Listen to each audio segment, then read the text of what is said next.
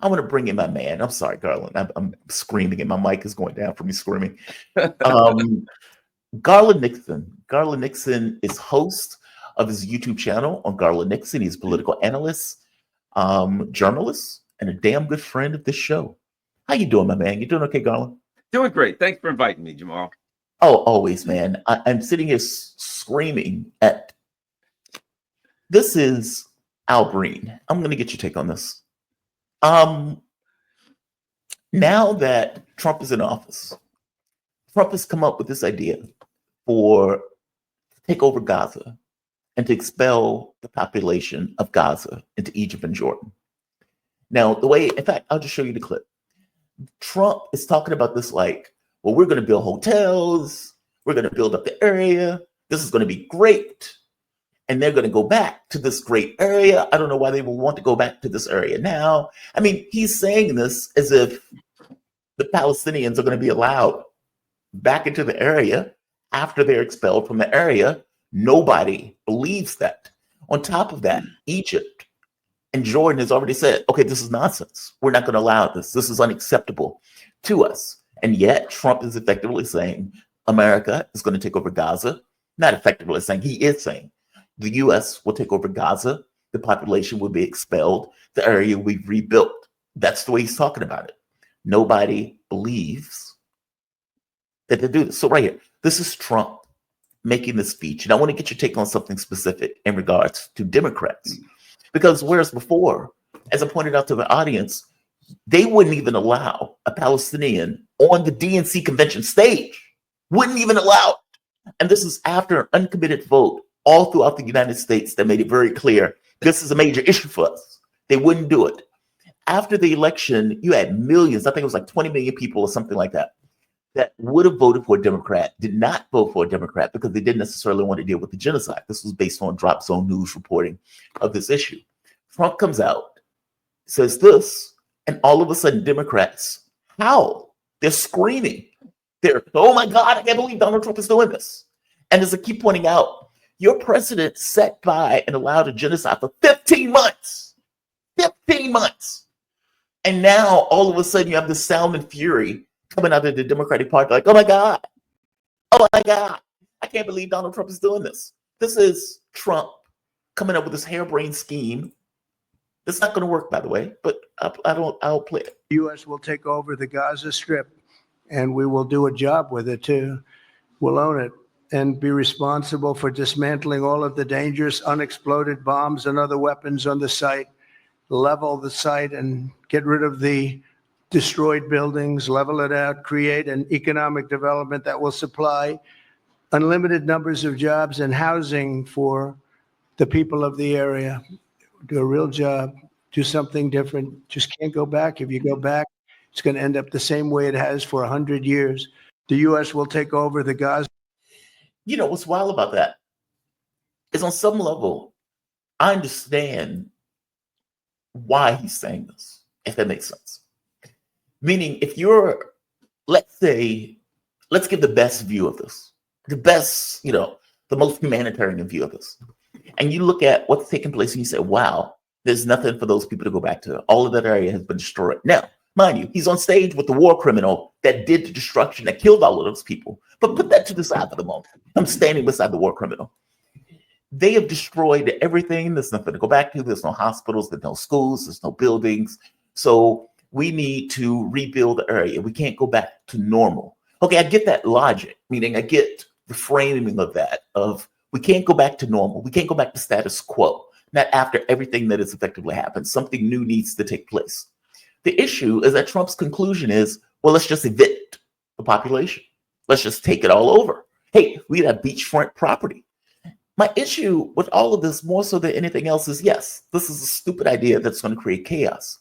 My issue is the way the Democrats are dealing with this. They're acting like this is a new norm, like this is something different than what their president themselves were doing. And I was showing the audience, who I derided as Wolfman Jack. That might be brutal, but right here, Al Green. Listen to the sound and fury coming out of Democrats now that Trump is in office. I find this to be outrageous. In Gaza is not a joke, especially when it emanates from the President of the United States, the most powerful person in the world, when he has the ability to perfect what he says. Ethnic cleansing in Gaza is no joke, and the Prime Minister of Israel should be ashamed, knowing the history of his people, to stand there and allow such things to be said. Ethnic cleansing has been a crime against humanity. Garland, I want to punch that screen. I want to punch that screen. So, like, I want to break this TV here in this. Give me your take on this. I'm going to scream.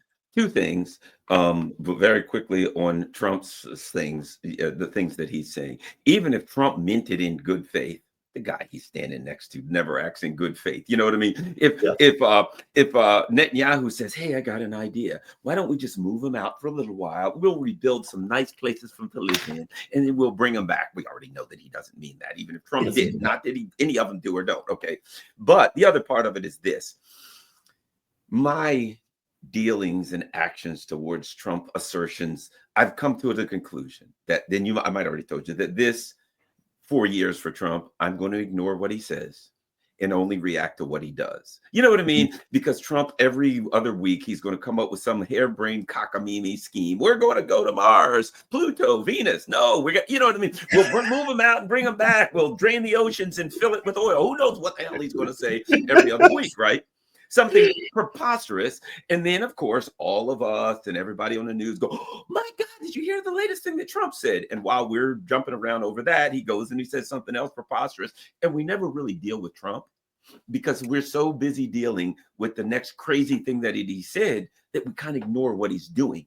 Yeah. So I'm going to focus on the last thing he did. And rather than his next harebrained, wild-ass assertion of what he's going to do next. But I understand it is a reasonable conversation when Netanyahu's in, but none of it's happening. There's no chance. The Muslim countries, no possibility. MBS said a while back, "Look, if I go along with this stuff, they'll kill me. Yeah. And they'll overthrow my government." He said way back. Here's the other thing about the Democrats. Anthony Blinken said this at the beginning of the conflict. Yes. They didn't have a problem with it then. Anthony Blinken, "Hey, I got an idea. Why don't we just move them all into Egypt in tents?" Or what he even said was worse. It's like, we'll just throw them into the desert in a bunch of tents, and whatever happens to them, who gives a crap? Let's go get back to that. And the Democrats were like, yawn. I don't see anything. By the way, this was Biden's plan. Yeah. Biden wanted to do the exact same thing. Actually worse. That's what pissed me off about this. It was worse. Yeah. He just said, send them out into the Sinai desert in tents, and we'll do. He didn't even assert, albeit false, that they had a long-term plan to move them back. He just said, remember, it was like, we'll move them all out, and they'll be stay in the desert, in the Sinai, whatever. The desert. Democrats were fine with that. It didn't matter. So here's what we see. I'll put it this way: Russiagate. One of the things to me that Russiagate did was it came up, and we talked about sometimes they come up with these preposterous schemes of what Russia did, right? I think Russia, they're going to hack into, remember this? They're hacking into a small electric plant in New Hampshire or something like that. Yeah.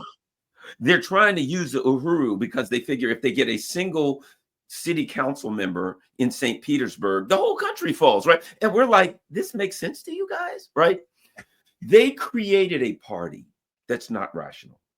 They're not rational actors anymore. You know what I mean? They might say anything on a given day, and it's nothing but an anti-Trump cult. So the minute Trump came into office, they suddenly decided that they were the party of morality and they could take the moral high ground on everything. Yes. So now if Trump says, well, remember that thing that Biden did? Yeah, well, I think I want to do it. Oh, I believe this guy. And he was, let's be honest. Did you see the look on his face? He was angry. He truly was upset. He was furious over that. Yeah. Why? Because Trump was doing it. Their positions on Gaza are unrelated to Gaza. Their positions on Ukraine are unrelated to Ukraine. Their positions on USAID. I've heard people screaming and yelling about USAID. They never even heard of USAID 3 weeks ago. I showed the They don't know what protests it is. yesterday. They are literally out there protesting for regime change. We need USAID. I can't believe Donald Trump got rid of USAID. And it's like, okay, so you're effectively pushing for regime change.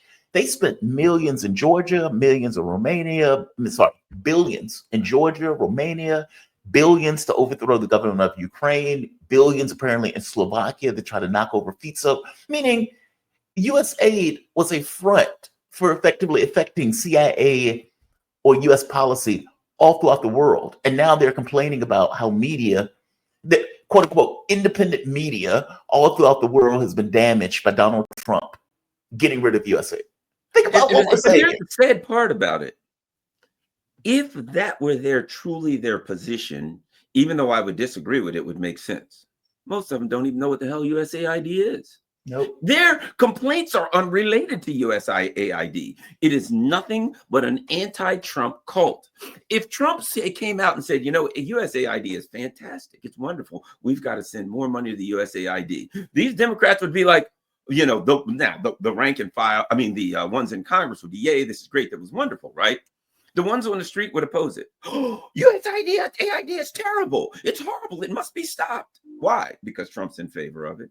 If Trump flipped tomorrow, I've changed my mind. I think we got to double the budget. USAID they have created effectively a mindless anti-Trump cult that their only job, they've been taught through Russiagate that their only job is to oppose Trump because everything Trump does is bad. So therefore, it's not a political party anymore. The Democratic Party is not. There has to be some rational consideration to their policies. There has to be some political or economic or foreign policy positions. When your only position is, if that guy's for it, I'm against it. That's not politics, so they're not a political party. That's my position. It's absurd, what I mean, to watch them do this. Yeah, it's crazy. Pure reactive. It's just relative to whatever Trump is doing. And that's what I was pointing out yesterday. I was like, how do you not have a core? Like, meaning if you and I are in different political parties and something comes up where you agree with me on, then you just agree with me. We can agree and we can move on this issue. That's not the way they think, though. In their mind, Donald Trump is for this, so we have to be, by definition, against it, even if it's something good. Meaning, it doesn't matter whether it's good or bad. It doesn't matter if it's something Joe Biden wanted to do before. If Donald Trump is now doing it, we have to be against it. That is one of the most bizarre things in the world. There is no moral core. There's no center that you can put your finger on and saying, okay, this is what the Democratic Party represents. It is whatever Trump is against. It is the most bizarre thing in the world. Adding to that, Bakari Sellers, who, I got to be honest, I never liked. I always thought he was incompetent, knuckle-dragging liberal, who, when he's on CNN, you know exactly what he's going to say, whatever the Democratic Party effectively wants him to say. And now he is also up in arms. But listen to the argument he's making here. Well, there was a choice between Kamala Harris and Donald Trump. Donald Trump or Kamala Harris would have never done this. Despite the fact, as I pointed out, this was Biden's policy. And Kamala Harris said she wouldn't do anything different on the policy than what Joe Biden was effectively doing. This, what Donald Trump is doing, is Biden's policy. I feel sad and angry and scared for our communities. For months, we warned about the dangers of Trump at home and abroad, but our calls largely went unheard. Trump's illegal calls for ethnic cleansing are horrific. But as on so many issues, Democrats had a chance to persuade voters they were better than the alternative, and they blew it. They sound ridiculous. That statement is frustrating. That statement is ill-timed. That statement is petty. I really would call it what I want to call it, but my mom's watching the show. For me, it's if you actually voted one way or withheld your vote, you should own it. Mm-hmm. There were two choices in this campaign. It was extremely clear. We had Kamala Harris going forward, who recognized that Hamas has no place in governing Palestine, but she also knew, or Gaza, but she also knew that the Palestinian people had the right to human dignity. She also knew that Israel wanted safety and security, deserved that, had the right to defend itself. And we would have been in a much better situation. There was not a question about ethnic cleansing if Kamala Harris would have been the president of the United States. You are so full of shit. You are so full of shit. This guy right here, Bakari Sellers, he is so full of shit. Either he is not paying attention to the media or he has this memory hole of what was taking place under Joe Biden. Keep in mind, this guy is saying this knowing full well that Biden was the one that presided over hundreds of thousands of people being slaughtered. His party presided over that. Donald Trump wasn't in office. His party. Joe Biden was contributing 70 to 80% of the bombs, the military, the intelligence, the murder that was happening in Palestine. His president was doing that. And yet he sits here with the neck saying, well, I mean, we had two obvious choices. Kamala Harris recognized the Palestinians were people, and now Donald Trump is trying to ethnically cleanse. So is your president. So is your president. Give me a take on this, Garland. I'm sorry. I am so annoyed. I'm with you. You know, it is difficult to watch the irrationality of the Democrats and their representatives right now. It is difficult, and it's easy to understand why this party collapsed. Yes, you know, politically when you watch them, because they're not rational. It's kind of like when you listen to their discussions of Ukraine. Putin just woke up one day, and because it went from, you know, he hated democracy, so he attacked. He didn't want. I've heard this. He didn't want a democracy on his border, right? Or you know, things like that. But when you hear the irrational things they've said about foreign policy, et cetera, right? It all aligns. There's no concern whether or not what they're saying aligns in a historical context or political context. It's simply, let's say things that benefit us.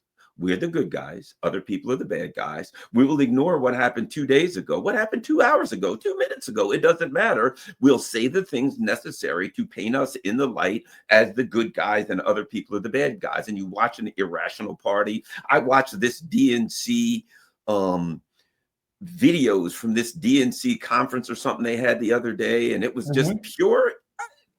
It was insanity. It was absurdity, which shows the party's kind of dead. I don't see a path back for them in the midterms or anywhere else, because they can't come to grips with reality. They're going to go into the midterms and they're going to continue to preach these absurdities, and people are going to be like, you're not making sense. You know, literally like 5 days after Donald Trump came to office, they started griping about the price of eggs and putting all of this stuff online. Look at the price of eggs. And I'm like, and I saw one people like, oh, yeah, if Donald Trump says this, the price of cars are going to go up because of Mexico. And I'm like, the price of cars literally went up 60%, 40 to 60% in 4 years under Biden. And 5 days after Donald Trump goes to office, you're complaining that the price of cars may go up due to tariffs and eggs may go up. You're going to ignore all these bad things that happened under Biden and simply say under Trump, potentially bad things could happen similar to Biden. And you're like, you have no historical context. You have no political thoughts or mind. And you actually believe that 5 days after Donald Trump took office, eggs went up and it's his fault. And these were the same people that when you would say, well, things went up really bad under Biden. Well, he was just working to try to fix things after 4 years of terrible Trump. They're no longer rational actors. And it's almost like when you hear a little 3-year-old say something and you just go, yeah, and you shake your head and you smile and you hand him a piece of candy or something because you know he doesn't know any better. At this point, it is sometimes horrifying to watch stuff like that. You know what I mean? You're like, I can't watch it. I start seeing that stuff and I got to turn the channel because, like you said, I'll be snatching the TV off the wall and throwing it out the window if I watch that madness. It is aggravating, to put it mildly. I mean, you had people like me, like yourself, screaming, saying, there's a genocide being committed. And you're doing this on your watch, meaning you are paying for this to take place. And you're standing there as this takes place. And as evidence to the fact that the public wasn't necessarily on board for it, Joe Biden would lie to the public. If Israel goes into Rafah, all hell will break loose. Hey, if they continue to starve their local populations, maybe we won't give them weapons in a month. I mean, this stuff was coming up, not because Joe Biden was really doing anything, but because he understood that his base, or the very least people who would typically vote for Democrats, didn't like the fact that we were backing a genocide. I mean, for God's sake, they were calling the man Genocide Joe, which gets across their perspective of what Joe Biden was effectively doing. So, it's like now after the fact, you get these talking heads, these depraved degenerates like Bakari Sellers coming and say, oh, this is unhelpful that Uncommitted is pointing this out. No, it's very helpful. I think it's very helpful. And it is pursuant to this point that they are now taking issue with a policy that their own president had. And instead of them owning that, well, they don't own that. They act as if nothing took place over the last 15 months. Joe Biden was not in office in the last 15 months as this genocide was taking place, and that the world started the moment that Donald Trump took office. This is nonsense. This is nonsense. It's and on so many, I mean, on everything. You know what I mean? It's like you're watching a party that's completely irrational, and you just ask yourself, how do they recover? You know what I mean? How do they're not rather than like trying to figure out why. Yeah, I mean, they got blown out. Yes. If you listen to them, you would think that they lost, by a hair. They lost every one of the swing states. And their reaction is to get angry at the voters. Oh, I bet people are sorry they voted for Trump now. I don't know anybody who says, I wish I'd have voted for Kamala Harris. Now, I don't know if you saw, they released the NBC 60 Minutes thing, and she looked like a complete lunatic on that. Yes. She's babbling like an idiot. I don't know anybody who says, I wish I'd have voted for that. Nobody. People are dealing with Trump, and they knew what they were getting with Trump. They knew what they were getting. How bad are you when people look at Trump and they're like, well, yeah, he's going to say crazy stuff and tweet madness and things like that, but at least maybe we won't get nuked. That's all. I didn't vote for Trump, but all I thought is, well, at least maybe we won't get nuked. Yeah, that's kind of a start. Yeah. But the reversal, on so many things and I'm with you. On a lot of things, you can just shake your head. But on Gaza, the idea that people that were committing a genocide can look at a guy and say, well, he's going to do ethnic cleansing. I'm like, in a way, thank God for Donald Trump. That was the only thing that could suddenly turn the Democrats in favor of the Palestinians. Donald Trump getting elected is the only thing. And now you know what the problem is? Here's what everybody knows. If Donald Trump goes out in 4 years and a Democrat comes in and says, hey, I think we should go in and just kill all the Palestinians, the Democratic Party will stand up and cheer again. They'll be okay with it. Yep. This was it. What's wild about it? I came to this realization when Obama took office, and maybe after Obama took office. Because if you remember, when George Bush was in office, Democrats were anti-war. When George Bush was in, they hated the Iraq War. They thought Bush was a war criminal. You would have Keith Olbermann giving these monologues night after night after night about how bad George Bush is. And then Obama gets in, and they all shut up. And Obama goes on to these drone wars where 60 to 70% of the people he was killing were civilians. And he did this for years. He dropped so many bombs that they were running out of bombs. Democrats had nothing to say. All of them shut up. All of them were quiet about it. You couldn't, it was like quiet as a church mouse. And then Trump gets in office, and all of a sudden you hear him scream again. And what makes this even weirder is when Donald Trump says, I want to pull out of Syria, or I want to make deals with North Korea to stop them from firing missiles. That's what they get upset over. So wait a minute, you're upset with the guy that he wants to bring down hostilities with North Korea? You're upset that he wants to bring the military out of Afghanistan? You're upset that he wants to pull out of Syria? What the hell is wrong with you people? You're right. It is entirely reflexive to whatever Trump is doing, whether it's good or bad. One of the other items that came up was Schellenberg. So as pretext, or just as a background, the audience would know that Donald Trump ended USAID, or at the very least ended USAID's capability of overthrowing governments outside of State Department, because apparently Rubio is saying that the USAID is going to be under the State Department.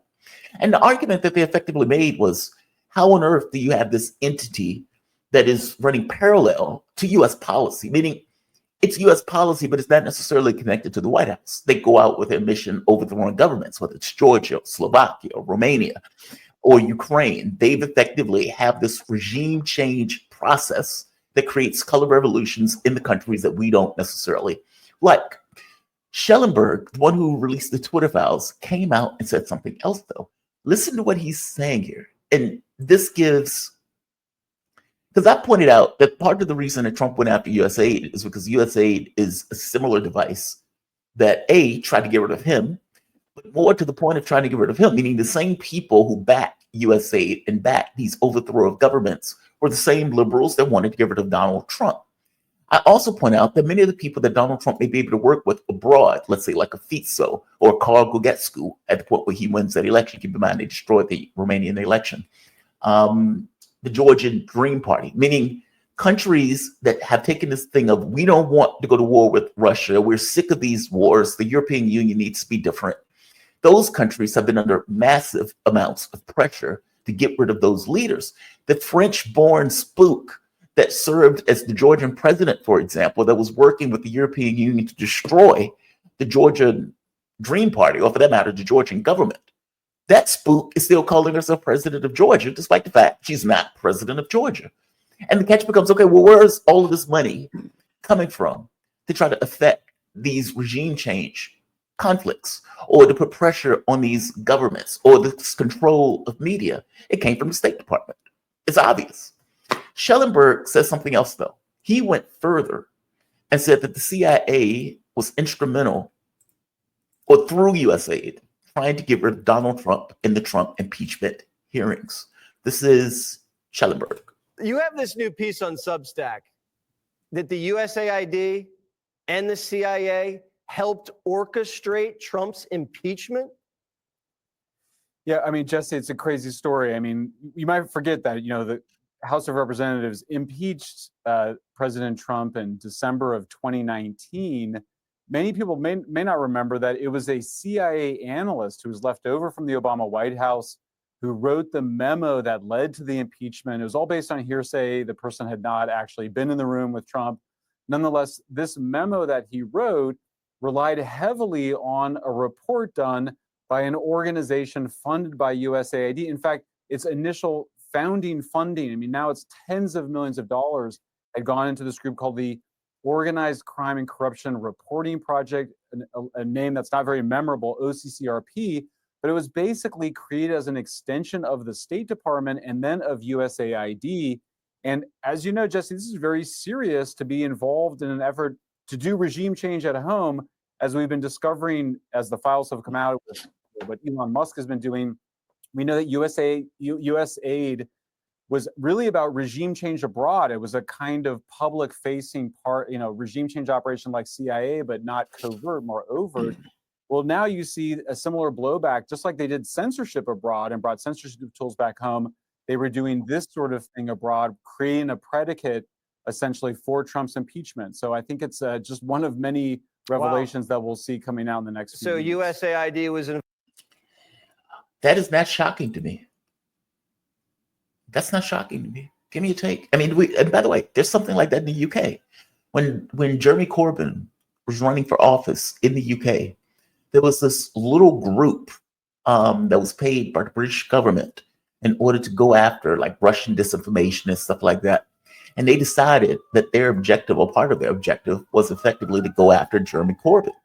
So this notion of this kind of fifth column working in a government to undermine the government itself is a real thing.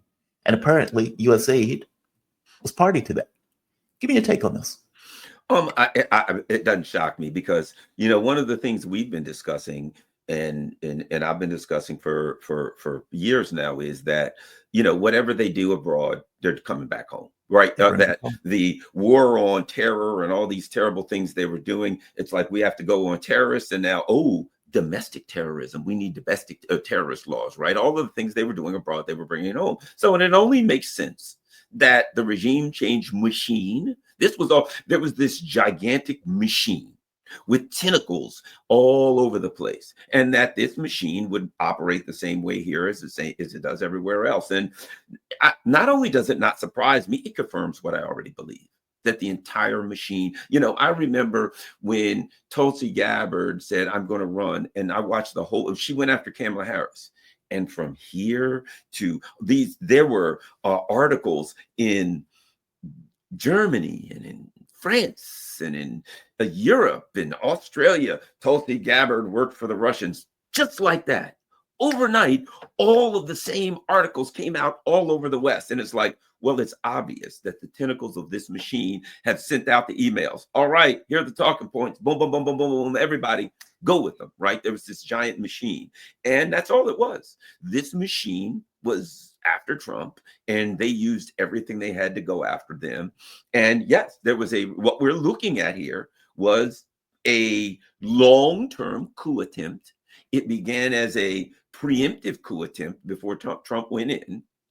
And it was just a coup attempt. That was the whole Five Eyes were part of it. And that's all we're looking at. The more they dig, the more they'll find. The more they look into this machine, the more they'll find, because every single part of it was involved, whether it was trying to impeach Trump, whether, if you remember, Tulsi's a Russian bot. When what's his name? When Bernie started doing well, the Russians loved Bernie, and Bernie went right along with it. Jeremy Corbyn, all of those, that one machine was part of it. And this is what the machine did. And the more you dig, you'll find the same thing over again. I am not in any way surprised. In fact, I feel like have one of my beliefs, they weren't a belief. You could see it. Yeah. You know what I mean? You could see it. They always acted in unison. So the other thing I think that aligns with this, they found out, what were they given? $8 million to Politico, right? That in the same way that we found out that 90% of the media in Ukraine was funded by USAID, and we just found 8 million to Politico. You're going to find, apparently there was money to the New York Times. You're going to find the same thing. Money to all of these news organizations in the U.S. Because the machine operates the same way in every country. And they were independent, as they call it, news organizations. Despite that's all this money from the State Department. Yeah, that's what I've been saying. As soon as they came in and they started looking around, and I said, I hope they start going to the CIA, go into NSA, et cetera, and start looking at the emails between them and NBC News and MSNBC and all of those. Start looking at the contacts between these government entities and the news, and you will find that they were regularly and daily coordinating these things. Well, remember, we discussed this when Ken Delanian gets fired from the LA Times because he's sending his stories to the CIA first. As soon as he gets fired, NBC News hires him. And we were like, well, clearly they hired him because he works for the CIA. And that's what we're looking at. Hey, start looking at Ken Delanian's emails between him and the government. I kind of think you'll find some suspicious activity. Yeah, that's not a bug. That's a feature. That's kind of just part of the process. It is amazing to me that they're still going with this idea that Donald Trump is upsetting independent media because USAID was effectively blocked. Not putting two and two together, so, well, wait a minute. If you're getting this much money from the US government, it doesn't in any way control the story that is coming out of the papers that are getting the money. And, when they attacked us for working on Sputnik and RT, they said, well, that's Russian media because Russia is paying for this media. Okay, well, don't the same rules apply? If you're telling me that 90% of the media in Ukraine is coming out of the US, then you're just telling me that the State Department has a megaphone in Ukraine. And it's not just Ukraine, it's all across the world. That's the part that people need to kind of reconcile. USAID has been put money all of these places, all of these journalistic outlets. And it's like, well, why do you think they're doing that? Well, they're doing it because they want to support independent media. You're an idiot if you think that. You're an idiot if you think that. So this is. Can I add one other thing? Please. I think they're going to find a couple of things. They're going to find that the State Department, that the tentacles of the U.S. government were into so-called independent media, corporations, social media, et cetera, to a level that people will be able to sue. That it will be actionable. I mean, when you look at the things, what happens if you find out, let's say Jimmy Dore finds out that they ran that story, he's a crazy conspiracy theorist, but what happens if Jimmy Dore finds out that came from the U.S. government? Doesn't he have a right to sue the U.S. government for deliberately violating his constitutional right? And on and on and on. There will be thousands of people, possibly even you and I, who find that actions were taken against us deliberately by the U.S. government and they were, proposed that it was an independent news organization or corporation when it wasn't. I really wish that they fought on First Amendment grounds this idea of getting rid of these media organizations. And even for the YouTube stuff, like, I know people make this argument YouTube is a private company. Fair enough. But, we have all sorts of rules for private companies in the United States. Like, if you go to a bakery, the person can't say, well, you're black, so I'm not going to give you a cake. Or if you are handicapped, that you can't come into a building because you are in a wheelchair. Based on our laws, there needs to be provisions for people who are handicapped to be able to get into businesses. There are provisions that you can't necessarily ignore serving a person because of a particular race. If you open the door to a building and you're on public street, or for that matter, you're dealing with the public, there are certain laws and rules that are associated with that, even if it's your private business. And I think the same thing should be true for either YouTube or Twitter. When you have this medium as our way of engaging and interacting with one another. Like, the moment that you have this kind of governmental control where the government comes in and says, we don't want you to say this, or we don't want you to say that, doing this kind of end run around the First Amendment, I think you've come into issues. And it doesn't seem like the legal system, the laws, or anything is caught up with that fact of the government trying to do an end run, meaning the government accepts, okay, well, we can't do anything about the First Amendment, but because they're private entities, now we can effectively put pressure on the private entity to do the job that the United States government is not allowed to do in a legal sense. It's outrageous. I would love for something like that to take place. I don't know how far Trump is going to look into it, but I agree with you. They need to look, man, we spent $300 billion in Ukraine on the low end. You can imagine how much of that money in a leaky bucket is going to get ferreted out to other places that it wasn't intended to go. So yeah, one of the first things that Trump should do is an audit of that money that went out, how that money was being spent. And I love the fact that he shut down USAID and they started to look into, okay, well, what has USAID been doing? Effectively doing an audit of USAID. And part of it may be because what Trump is hearing out of Schellenberg, they were instrumental in some way of working to get Trump out of office during that impeachment hearing. And so, you know what else would be interesting in that? This is something else that will be interesting. Whether or not, and I think the answer is yes, actual members of Congress knowingly participated in a coup attempt, knew that it was coming from the CIA, talked with Adam Schiff. Oh, gee, I wonder why that guy might have been pardoned. But imagine if you find out that Adam Schiff and others, Adam Schiff was leading it. If when they were involved in the whole Russiagate scheme, were regularly talking with members of the intelligence community, knowing that it was illegal. And deliberately hiding that they were talking with the intelligence community, knowing that if the CIA is involved in, and if it got out that the CIA was involved in the impeachment, how could the CIA be involved in the impeachment? And the Democrats that were running the impeachment hearings didn't know that. That's not possible, is it?